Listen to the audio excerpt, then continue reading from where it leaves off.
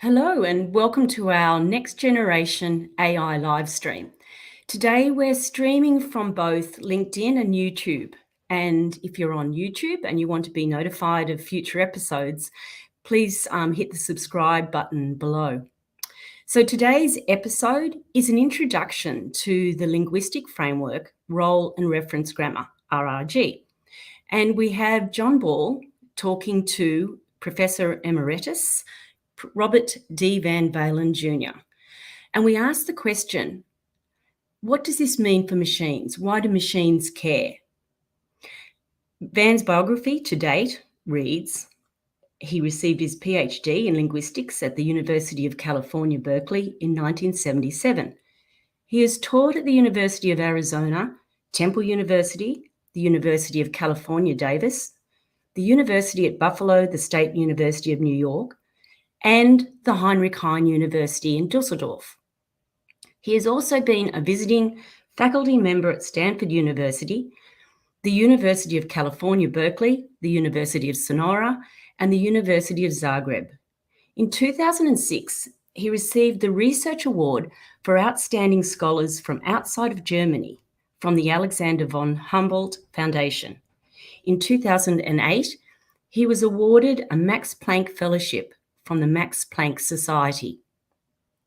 His research is focused on theoretical linguistics, especially syntactic theory and theories of the acquisition of syntax and the role of syntactic theory in models of sentence processing. He is the primary developer of the theory of role and reference grammar.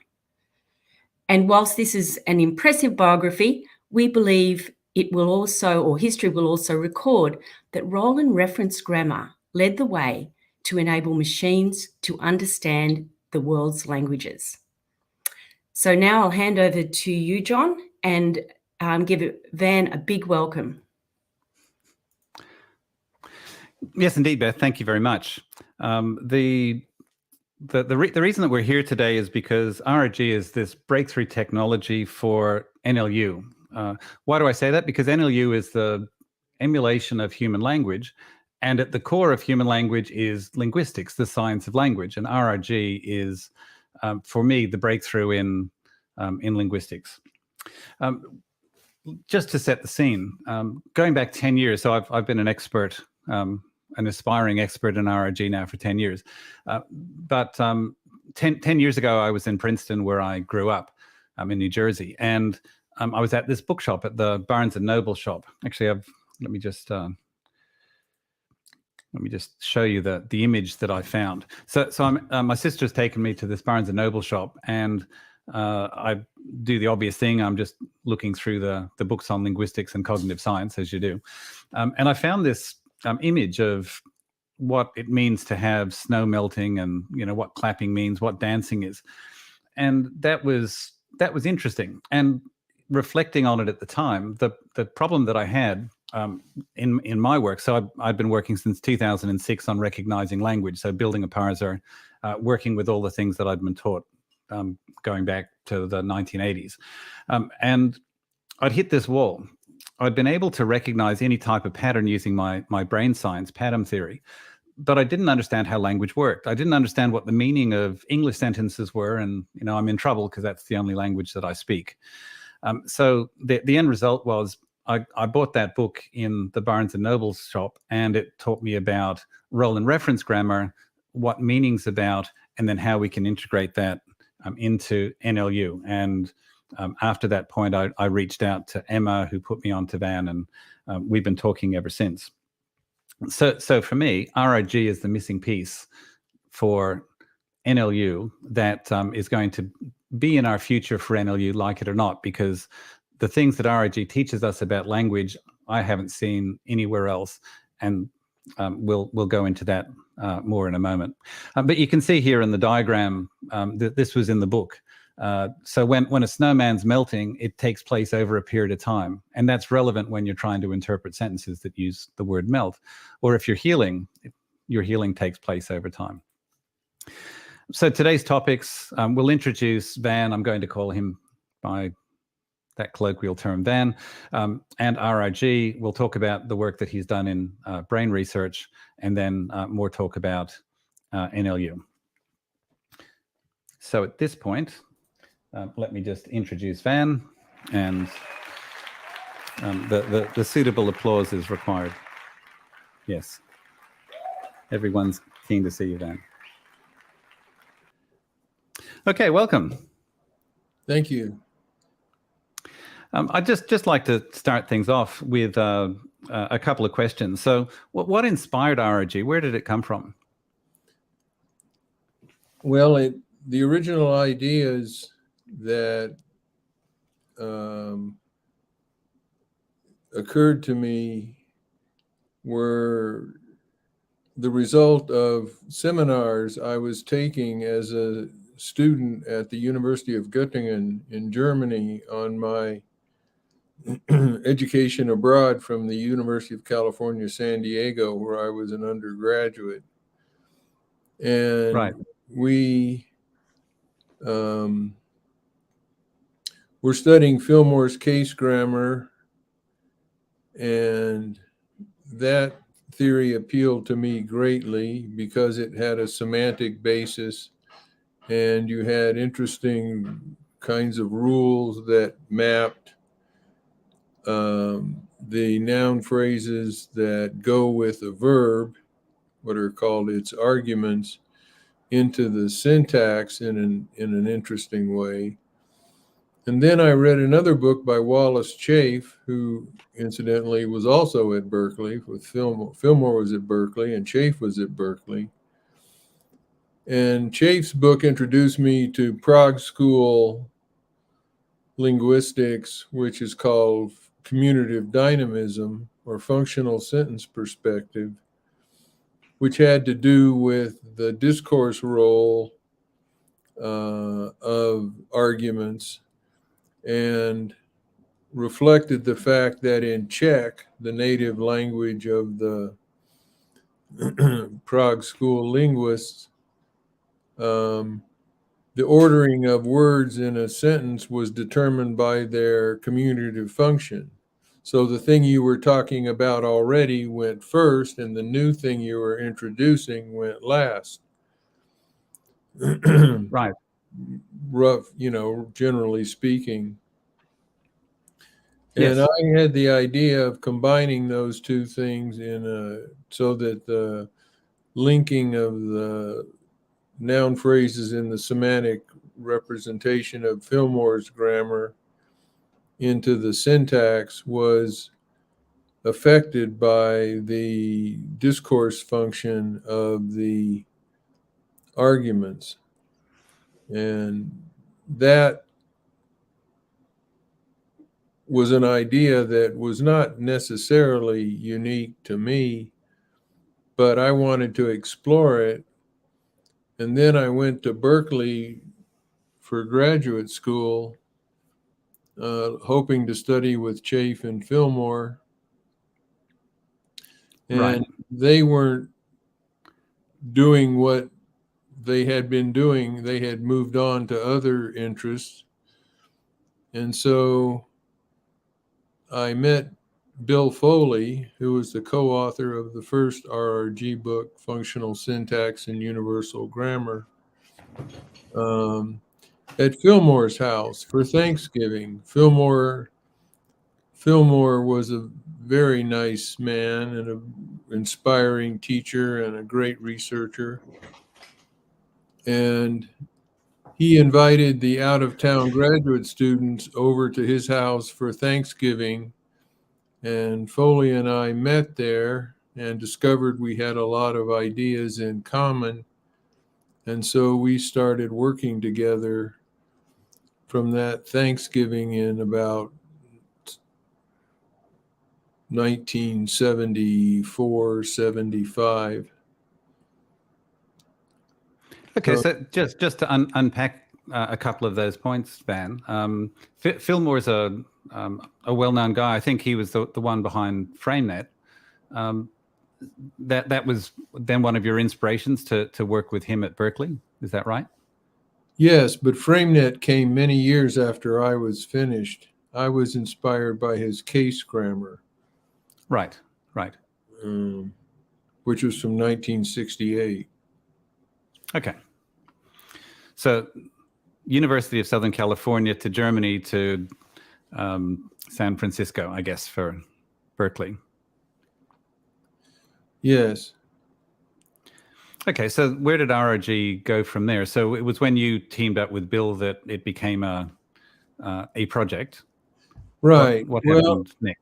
Well, Bill wrote his dissertation on comparative syntax in Austronesian. He was working on several Austronesian languages, the most well-known one being Tagalog, the national language of the Philippines. I was working on Lakota for my dissertation. That's a Siouan language spoken in North and South Dakota. And my dissertation was the first. Well, we wrote a couple of papers together. RRG started out as a theory of grammatical relations because in 1976 there was a book called Subject and Topic that explored the universality of the notion of subject in a variety of papers. And Bill and I were convinced, based on his work on Tagalog, my work on Lakota, and also we read Bob Dixon's Grammar of Dirbal, an Australian Aboriginal language, and were convinced that claims that subject was a universal were clearly false. So we wrote sorry, go ahead. Oh, I was just going to say, Dirbal is that language where it's free word order, or pretty much free word order? Yeah, it's free word order and it's syntactically ergative. Now, don't ask me to explain that in 5 minutes. No. We might have to bring you back for that. Anyway, so we wrote a number of papers. I developed some of these ideas in my dissertation. And the theory got named after a paper by a Tagalog scholar, Paul Schachter at UCLA, when he wrote a paper called The Role-Related and Reference-Related Properties of Subjects. And the idea that we had was that grammatical relations vary in different languages in terms of a different interaction of the semantic functions of the arguments and their discourse status. So role referred to the semantic functions of the arguments and reference referred to discourse. So that's why it was called role and reference grammar. Okay. And I guess I talk a lot about the more colloquial terms of meaning and context, but I guess technically it's role and reference grammar is about the semantics and discourse pragmatics. Yes.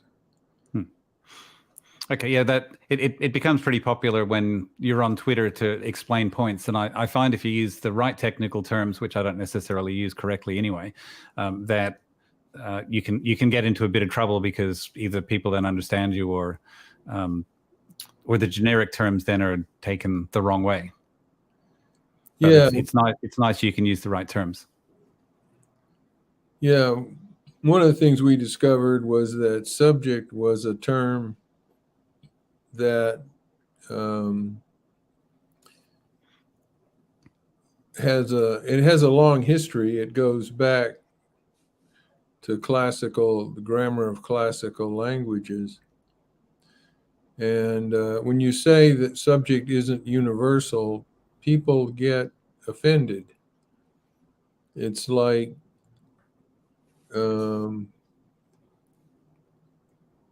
it's one of those bedrock ideas. And when you say, yeah, but it's not universally valid, you get an interesting reaction. Right. Well, I know that it's in things like knowledge graphs these days. The subject and object properties of the entities inside those knowledge graphs, and the example that I'd use is if you have active and passive sentences, you're able to swap the subject. So you don't want to use a knowledge graph that's stored with a syntactic property. But no doubt there's more to it than that, as you're saying. Yeah, well, it's a complicated problem that would take us far afield. Is that where the terms actor undergoer came from? It was part of that, I guess, redefining the science so that it's very clear that you're talking about something other than the expectations that people had around subject-object, for example. Yeah, one of the things, yes, I mean, that concerns the roles. And one of the things we argued was that some languages, what you would traditionally call the subject is associated with the actor, the doer of the action. And in other languages, it's associated with the undergoer, the thing that's affected by the action. And this was one of the reasons for arguing that the notion of subject, as we think of it from English and European languages, is not universal. You get very different configurations, and there are languages which the notion of actor and undergoer, the semantic notions, are all there is. That is, the grammar of the language refers exclusively to these semantic roles and doesn't impose a layer of grammatical function over it, as is the case in European languages and Austronesian languages and many others. Right. So would it be fair to say that as functional linguistics, it's quite different to the formal linguistics that has been so popular in linguistics since certainly the 50s and 60s, I suppose? Sorry, I was reading this question. Yeah, it's a bit distracting. Don't throw me any questions to read while you're... No, we're just trying to trick you. So the point is that RRG is functional linguistics, and then there's the formal linguistics that was popular in the 60s, I guess as the result of Chomsky's formalism. Is there a simple distinction that you'd make between RRG as a functional linguistics model and formal linguistics? Well, one way of characterizing the difference, which I think is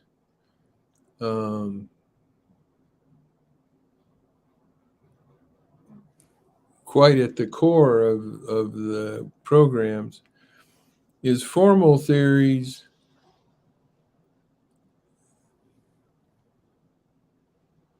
have as explanatory criteria purely theory internal considerations. So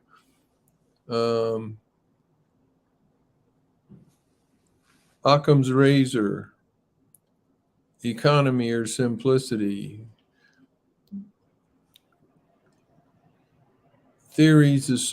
formal theories assume that the simplest model is the best choice based on entirely theory internal considerations. So you have economy, generality, and independent motivation as the criteria for deciding between possible analyses. Functional theories, on the other hand, take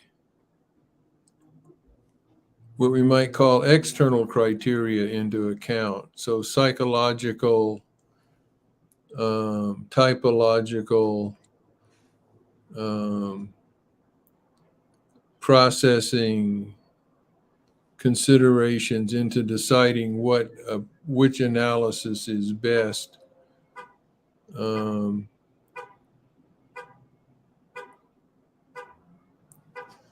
It's always the case that functionalist theories, in a very broad sense, pay attention to discourse, processing, psychological considerations, which can be linguistic acquisition, cognitive considerations.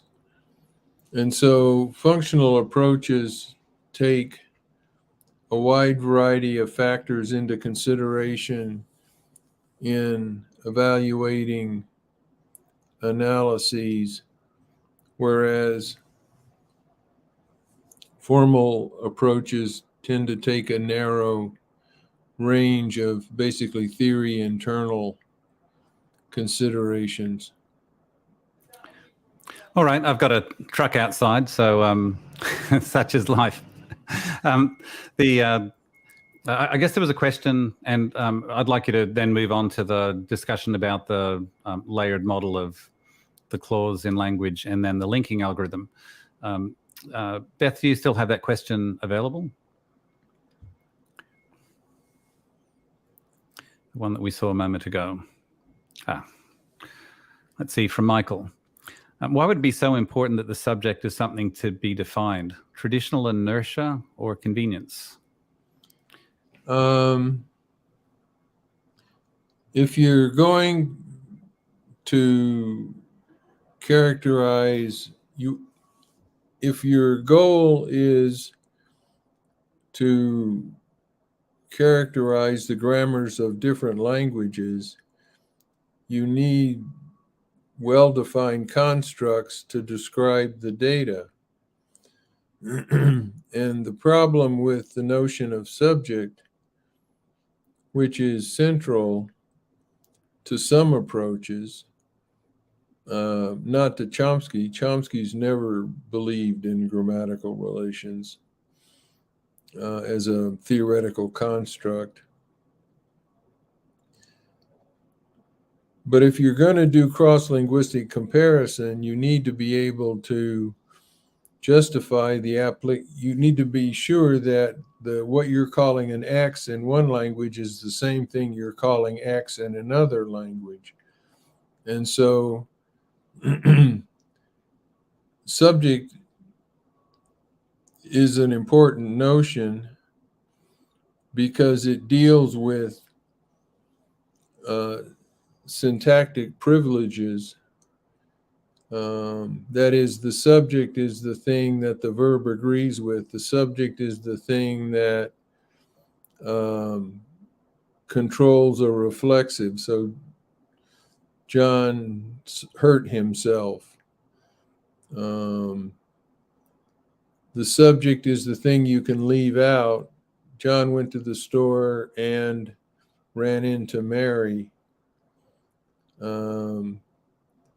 You can't say John went to the store and Bill spoke to him. That is, you can leave the subject of the second clause out. You can't leave the object of the second clause out.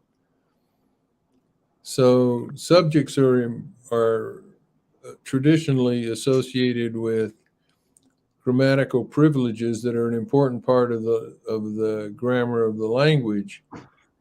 And if you're comparing two languages, And the privileges associated with what you call the subject are different in the two languages than just saying X is the subject and Y is X is the subject in language A and Y is the subject in language B. Is misleading, because in language B, the properties of what you're calling the subject are completely different from the properties you're calling subject, you're associating with the subject in language A. Right. Well, maybe at that point, Van, it would be good to move on to the your introduction of RRG with the layered model and the linking algorithm, and then we can regroup after that and Okay. look at more questions and the like. Okay, so let me set you up for that.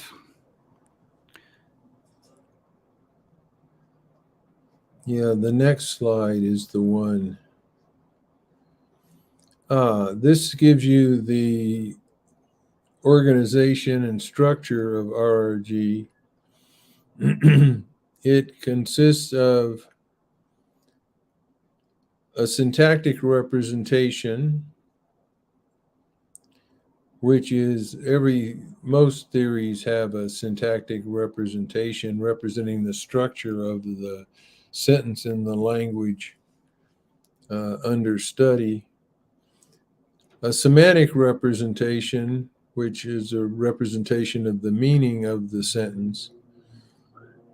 And then in RRG, there's a linking algorithm that maps the syntactic representation into the semantic representation, and also maps the semantic representation into the syntactic representation. The discourse pragmatics down the side is to indicate that discourse pragmatics can play a role in the linking algorithm. And one of the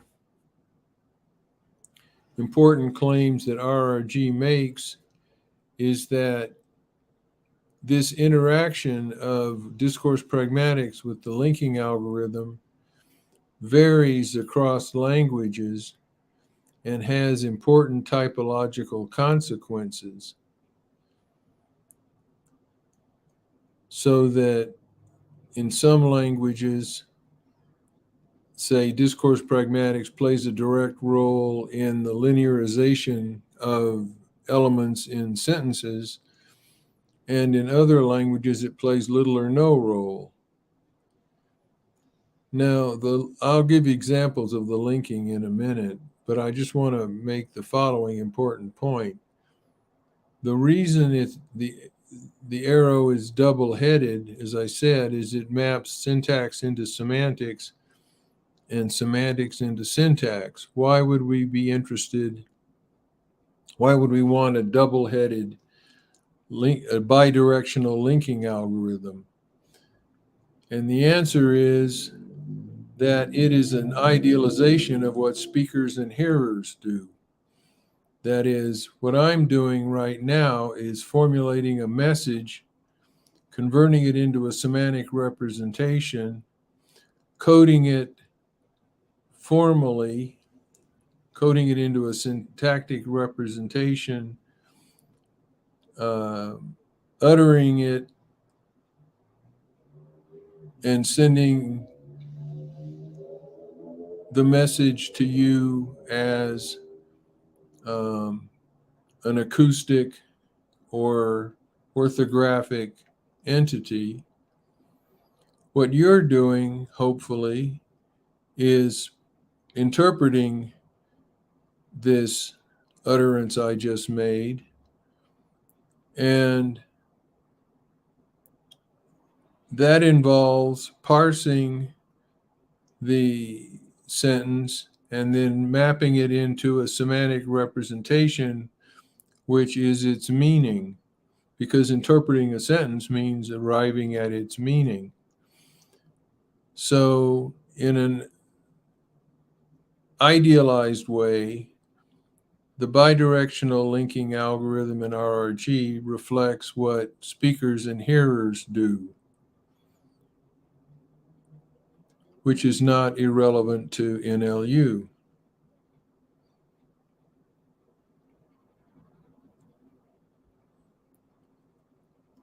Okay, this is an example of a simple English sentence and the kind of representation that RRG gives to it. It may look vaguely familiar. It's a tree, but it's very different from the trees of phrase structure grammar, for example. The crucial notions are the nucleus, the core, and the clause.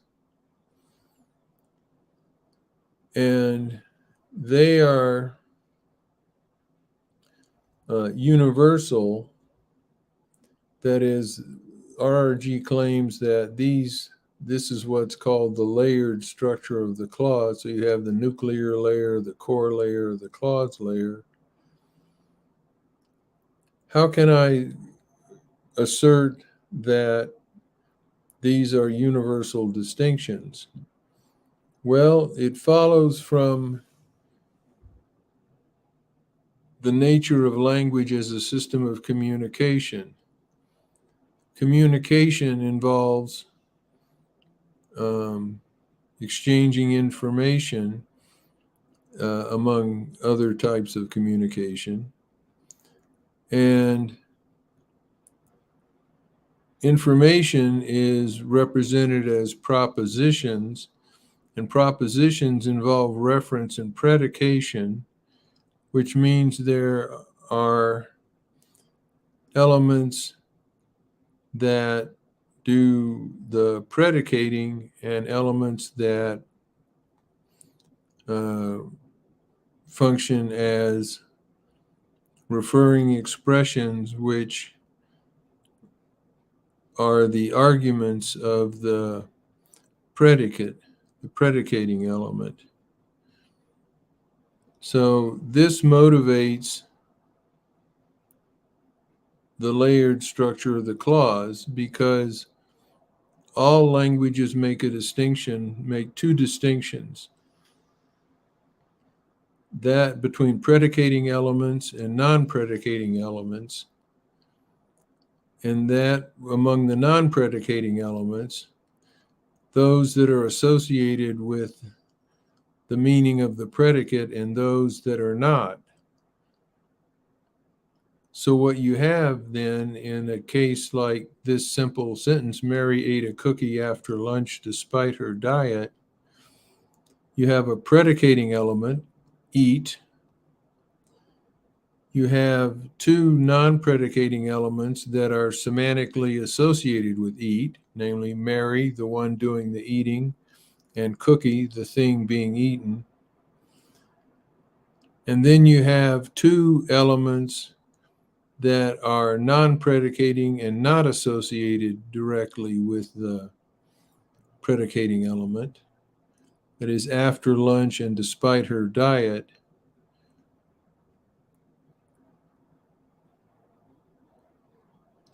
So these distinctions motivate the crucial components of this representation. So the nucleus of the clause contains the predicating element. The core of the clause contains the nucleus plus the arguments, the semantically related elements to the predicate in the nucleus. And then the peripheries contain what are called the adjuncts, those elements which are basically modifiers in the sentence, but which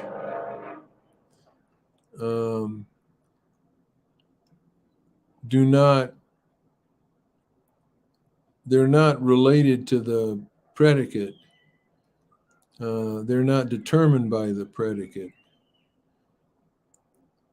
So nucleus, core, and clause and periphery are universal features of the clause because all languages make a distinction between predicates, arguments, and optional modifying elements. You can see that in this Japanese example, which has a different word order. So the doer of the action comes first, as in English, followed by an adjunct element indicating the location of the action. Then the object or the thing affected by the action, the book, hon-o, and then the nucleus is final, and it contains the predicate read, yon. So despite the fact that the order of elements is different, the distinctions are the same that we saw in the English example.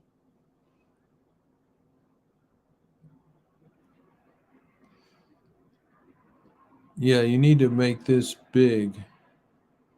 This is an example of linking from semantics to syntax. It looks complex, but it is, in essence, relatively straightforward. The bottom line is the example of a semantic representation. So you have the verb present, which is represented as do, X, cause, become, have, Y, Z, or X does something causing Z, Y to possess Z. In this case, X is Sandy, Y is who, the question word who, and Z is the flowers.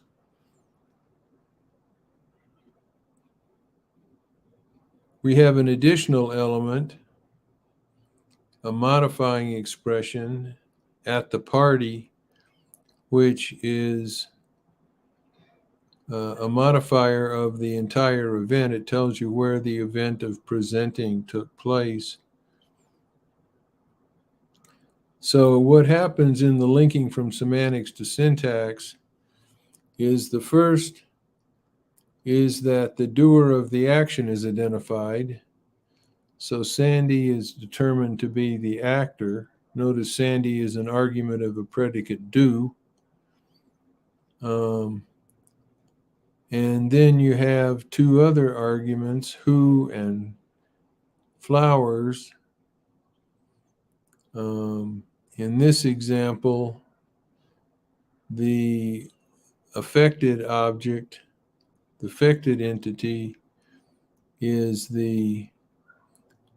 who, which is called undergoer in RRG. And the third argument is what we call a non-macro role, non-actor, non-undergoer. Then the next step is selecting what in RRG is called the privileged syntactic argument, which sounds a bit like the traditional subject, but it's actually different in many crucial respects. But for this discussion, it's okay to equate PSA with subject. The actor is selected as the PSA, which will yield an active voice verb, and the undergoer is assigned accusative case, which, if you're old-fashioned like me, will yield whom, in the sentence. And then you assign the non-macro role of preposition to mark it. And then you link these elements into the syntax. So the PSA is the first RP, which stands for reference phrase, in the core, followed by the active voice verb, followed by the prepositional phrase with the flowers, and the question word is linked directly to what's called the pre-core slot, which is the position of question words in languages like English, German, Spanish, and many, many others. And the final element is the non-argument, the locational modifier at the party, which is linked to the periphery modifying the core. So there's a lot of arrows there, but it's a relatively straightforward linking from semantics to syntax. The ACV, ACS, ACV indicate that ACS stands for accessible, meaning that the speaker assumes the hearer knows about the party. Activated ACV means Sandy's been actively talked about, and the flowers have been actively talked about. And the question word, by definition, is not, the identity of who is not known. So it is the focus of the new information of the sentence. Okay, this is basically the same sentence, somewhat simplified without the locational modifier. What did Sandy present to Chris? Now, there are three main steps in the linking from syntax to semantics. The first is to determine the function of the PSA, and that is determined when the verb is transitive by its voice. So present is active voice, therefore the PSA is the actor. To Chris is a non-macro role, object of preposition to, and what is you don't know anything about what. It can be interpreted as any number of functions, the word in the pre-core slot. And the second step is to go to the lexicon, which is where you think of the lexicon as like the dictionary, containing the words and their meanings and their semantic representations. And we call up the semantic representation for present, which, as I mentioned, is do X, cause, become, have, Y, Z. And from this alone, we can determine that X is the actor, but we don't know which of Y or Z is the undergoer.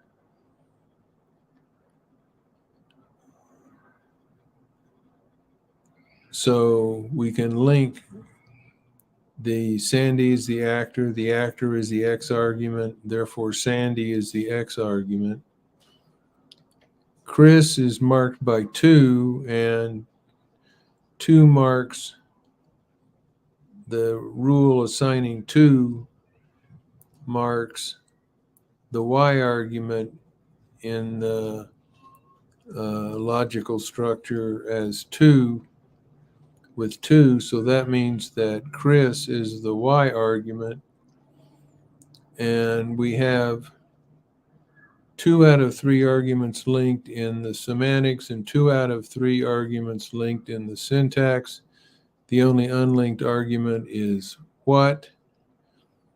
And by process of elimination, what has to be linked to the Z argument, which is correct.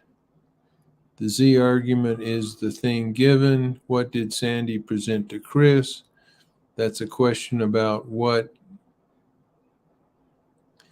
was presented to Chris, and that is the Z argument. Hi, Van. I thought I'd just pop back in. We need to start moving towards a wrap up here because we're at the 45-minute mark.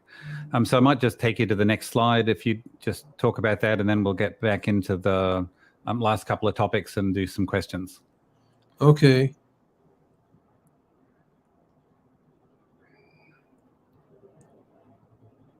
Yeah, this is illustrating an important part of RRG's approach, which is the emphasis on the importance of the analysis of complex sentences. And this is a pretty darn complex sentence. The full sentence is up at the top. Poor Sally, she tried to fix the broken picture frame and have it done when Fred got home, but the glue she tried didn't hold the pieces together properly. So we've got 2 sentences with preposed topic expressions. So poor Sally and the glue she tried. Then you have she tried to fix the broken picture frame.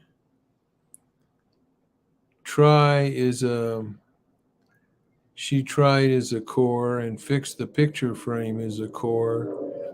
And so the 2 of them form a complex core, which make up a clause, which is joined to the second clause by and you have it done when Fred got home.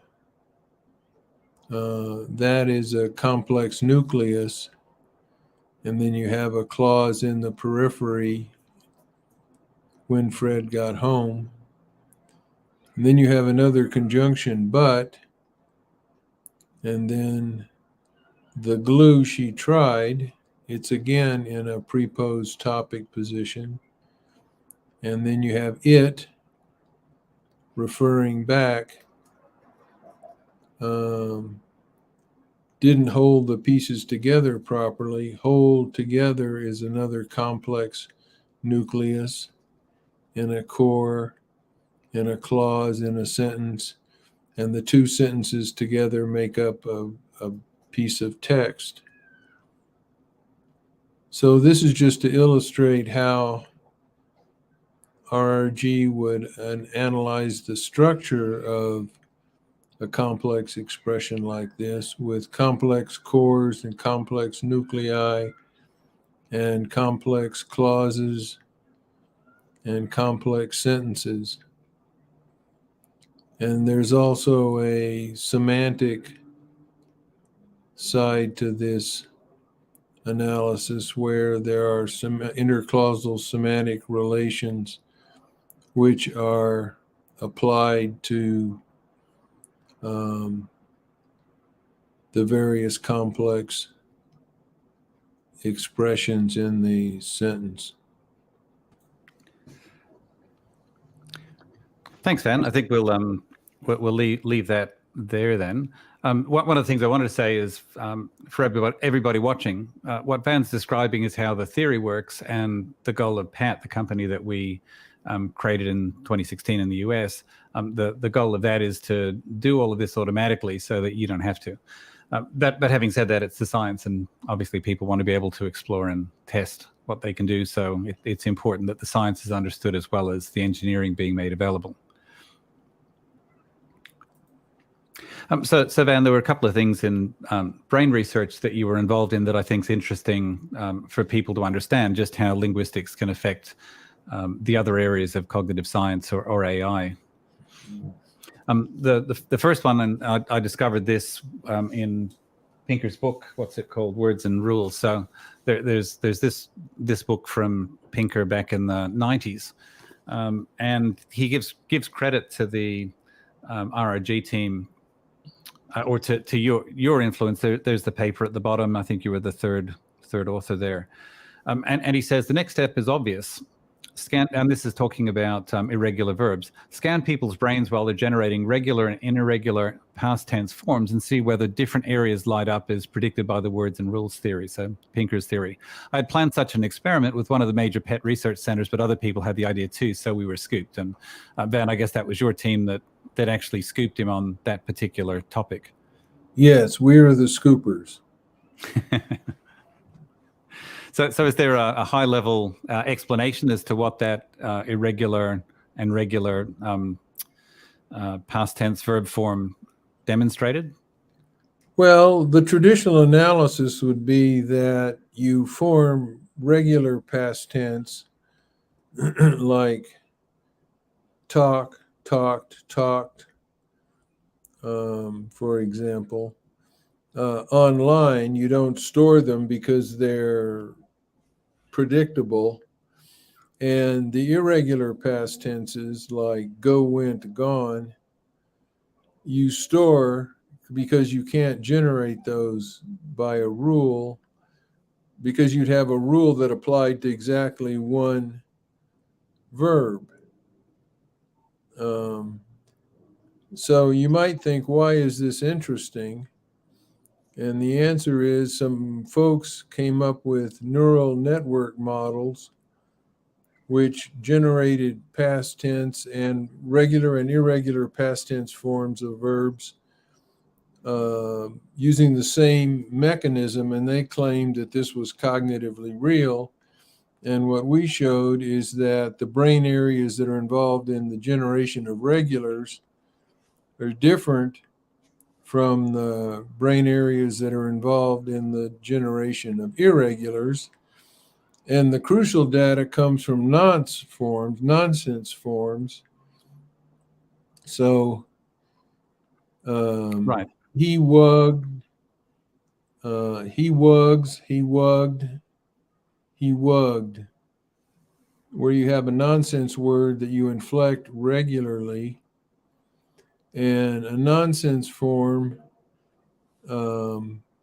has to be generated online because it can't be stored because it's not a real form in the language. And as the traditional theory predicts, brain activation of nonsense forms parallels that of regular forms and is totally different from the activation patterns found with irregular forms. So basically that was a problem for the connectionists, or I guess the artificial neural network people these days, to explain. Yes, exactly.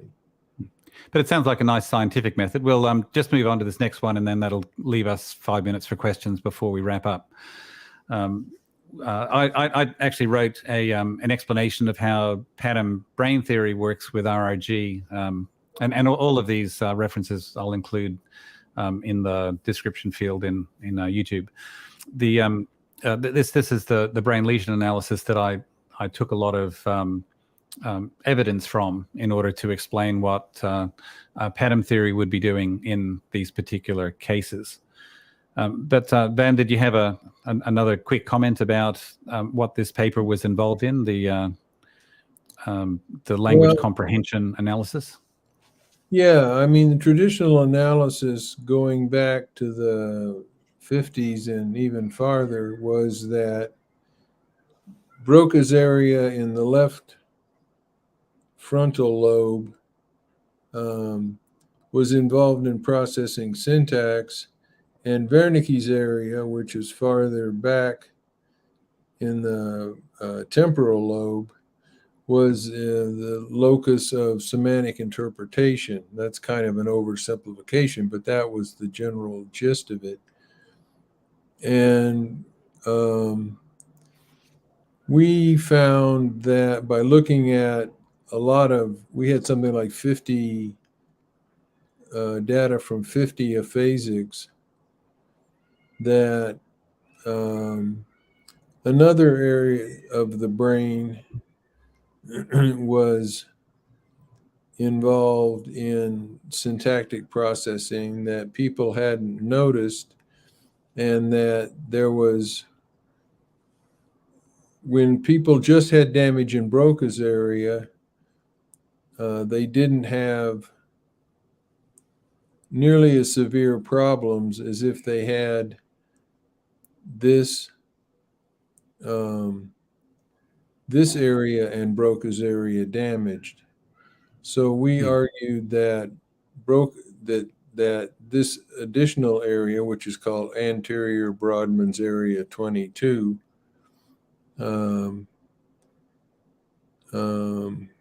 is crucially involved in syntactic processing. And it took us 10 years to get we published an abstract with the analysis in 1994, and our paper was finally published in 2004. Wow. Is that normal? No, but people kept raising methodological objections, and finally we resolved all of those, and now it's fairly standardly accepted that this area anterior 22 is involved in language processing in important ways. All right, I'm just watching the time. We've got 3 minutes left, and we were going to talk about how this relates to NLU. You know, why does RRG work so well across languages? Where does generalization come from? And then the large language models, the concept of scaling without using this type of theory that involves meaning in context or semantics inside discourse pragmatics considerations. We won't have time to go through that. Beth, were there any more questions that we can answer in the remaining 2 minutes? Okay, question from Brian Nolan. How does Patom theory and its implementation in software differentiate between the meaning of a sentence, what is said, versus the meaning of an utterance, what is meant? So quickly, Brian, the Patom theory is a non-computational model. So the idea of a computer having a program, following instructions, and then the distribution of information throughout memory, which is how computers work. We don't follow that model. We simply follow this pattern matching model.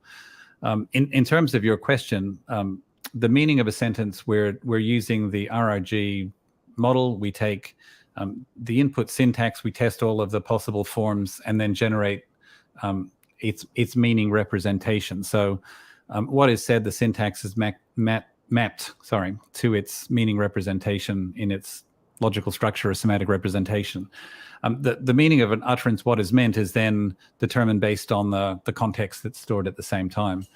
So I think that's the right way, and the Patom theory discussion we could carry on for longer than we have. We could indeed, John. We could indeed, John, and because of the time, I think we'll wrap up and say a big thank you to Van for his time and his awesome research that he's led over the years, standing on the shoulders of giants. However, for the questions that we didn't get to, we'll answer them in the comments below the recording that will be available very shortly after this live stream ends, which is in a few seconds. So thank you again, Van and John, and let's keep the conversation going, because this is we believe, a wonderful path for machines to understand the world's languages. Goodbye. Bye all.